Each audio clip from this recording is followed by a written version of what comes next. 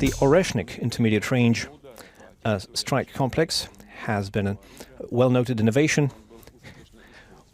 We have used it as a response to the Western long-range weapons being deployed in Ukraine.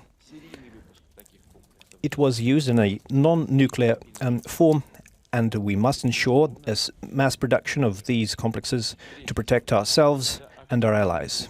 They are working on the deployment and redeployment of missile systems in Europe and Asia-Pacific. And we used to have a treaty which regulated these activities, but it has now no longer in force due to the actions of the United States. We have underscored many times that we will not deploy intermediate-range missiles until the United States deploy similar weapons in a region of the world.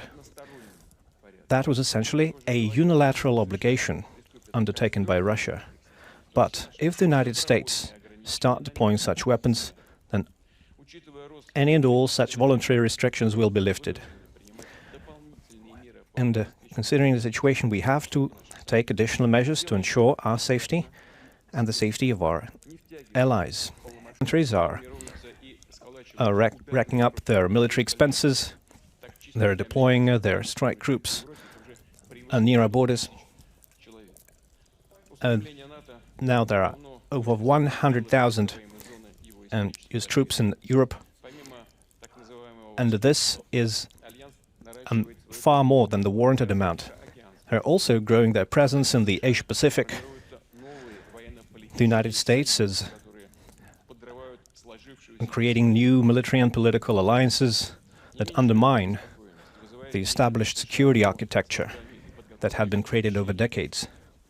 The share of state-of-the-art military equipment in nuclear forces is now 95%, and the basic principles governing the use of such weapons have been updated, as outlined in the updated state nuclear deterrence policy.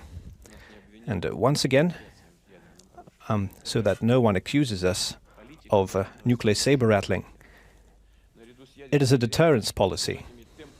And our priorities include maintaining the stability, strategic security, protecting territorial integrity and sovereignty of our country through the development of our strategic nuclear forces.